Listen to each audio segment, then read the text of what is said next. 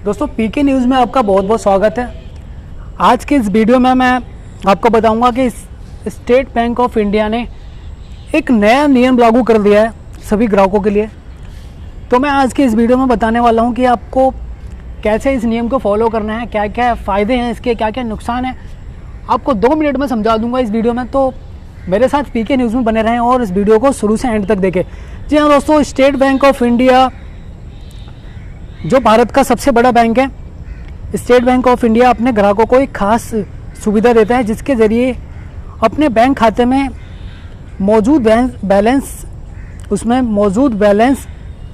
ही निकाल सकते हैं। आइए जानें, स्टेट बैंक अपने ग्राहकों को एक खास सुविधा देता है जिसके ज़रिए आप अपने बैंक खाते में उसमें मौजूद बैलेंस से ज़्यादा पैसा कैसे निकाल सकते हैं, ओवरड्राफ्ट फैसिलिटी और कैसे इसका फ़ायदा उठा सकते हैं आप, इसके बारे में मैं इसके बारे में बता रहा हूँ। दोस्तों क्या है ओवरड्राफ्ट फैसिलिटी, मैं आपको बताने वाला हूँ। अगर आप SBI के कस्टमर हैं तो आपको ये इन्फॉर्मेशन होनी चाहिए कि ओवरड्राफ्ट क्या है। ओवरड्राफ्ट फैसिलिटी एक तरह का लोन होता है जिसके चलते कस्टमर अपने बैंक अकाउंट में मौजूदा बैलेंस, जो आपके खाते में पैसे हैं आपके, उससे ज़्यादा विड्रॉ कर सकते हैं। इस अतिरिक्त पैसे को एक निश्चित टाइम के अंदर चुकाना होता है और इस पर ब्याज भी लगता है। ब्याज डेली बेसिस पर कैलकुलेट होता है। जी हाँ, आपको ये ध्यान रखना है कि जो ब्याज है वो डेली बेसिस पे कैलकुलेट होता है।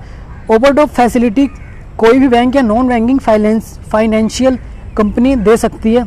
आपको मिलने वाले ओवरड्राफ्ट की लिमिट क्या रहेगी, क्या बैंक या NBC तय करते हैं, ये पूरी नॉलेज और मैं बताता हूँ कैसे अप्लाई कर सकते हैं। अगर आपके खाते से ज़्यादा पैसा लेना चाहते हैं तो बैंक अपने ग्राहकों को प्री अप्रूव्ड ओवरड्राफ्ट फैसिलिटी देते हैं। वहीं कुछ कस्टमर्स को इसके लिए अलग से मंजूरी लेनी होती है।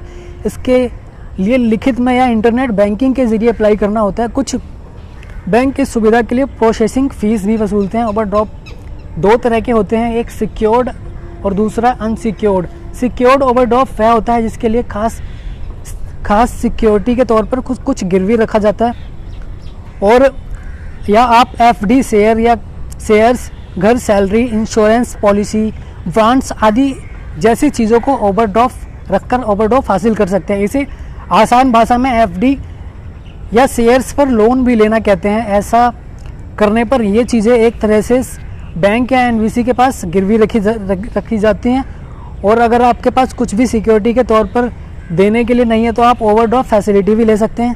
इसे अनसिक्योर्ड ओवरड्राफ्ट कहते हैं। उदाहरण के तौर पर क्रेडिट कार्ड विड्रॉल। अब मैं आपको बताता हूँ कि इसमें फ़ायदा क्या मिलता है। जब आप लोन लेते हैं तो उसे चुकाने के लिए एक टाइम की एक लिमिट होती है, तय होती है।